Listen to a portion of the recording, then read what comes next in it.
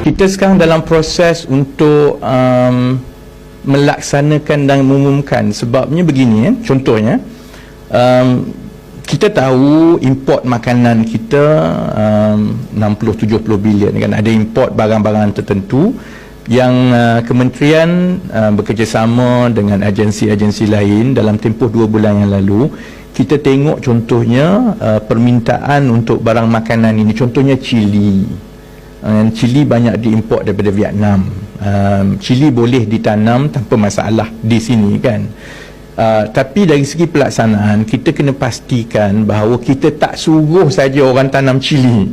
Sebab kalau suruh dia tanam cili, lepas tu dia nak pergi jual cili, lama-lama lepas 2-3 kali dia rasa letih lah aku kan. Itu yang menyebabkan selalunya pekebun atau pengusaha pertanian kita yang secara kecil-kecilan, dia sukar untuk bersaing dengan lambakan makanan import daripada negara serantau. Jadi yang dalam proses sekarang, kita nak pastikan bahawa kita bukan sahaja bantu orang tanam cili, tapi kita kena pastikan bahawa penjualan cili itu memang sudah ada pasaran yang menerimanya.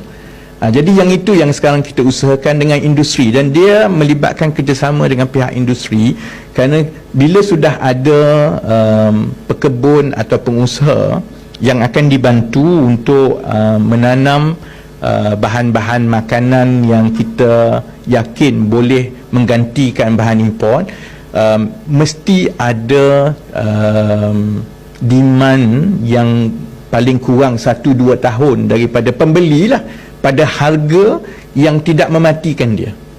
Sebab kalau tidak, masa harga cili import naik, dia beli daripada kawan kita ni.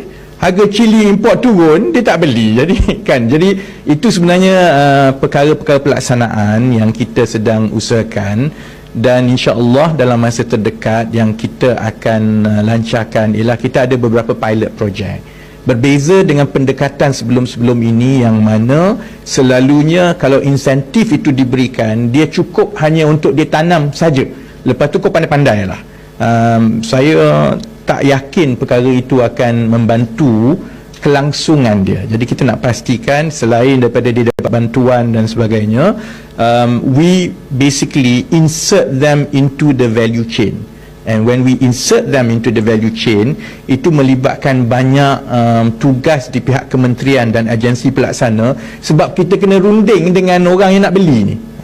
Sebab kalau kita nak pastikan seorang-seorang dia tanam, dia pergi runding sendiri dengan syarikat besar ke, dengan rangkaian restoran yang besar ke, dia siapa, dia ketuk pintu kan tak jawab lah. But perkara itu perlu dipikul oleh kementerian. Jadi sekarang ini bukan soal strategi, dia soal pelaksanaan, kerana kita nak melengkapkan rantaian nilai itu. Kenal pasti apa yang nak ditanam, kenal pasti kumpulan sasar yang akan menjalankan tanaman itu dan juga diberi bantuan, tetapi juga kenal pasti dan padankan dia dengan pembeli-pembeli di kawasan sekitar dia. Dan jadi itu sedang dalam, in fact saya dalam 2 bulan banyakkan habis masa yang itulah dekat kementerian sebenarnya, dan kita sudah sampai insya-Allah ke peringkat yang kita boleh lancarkan beberapa pilot project dahulu.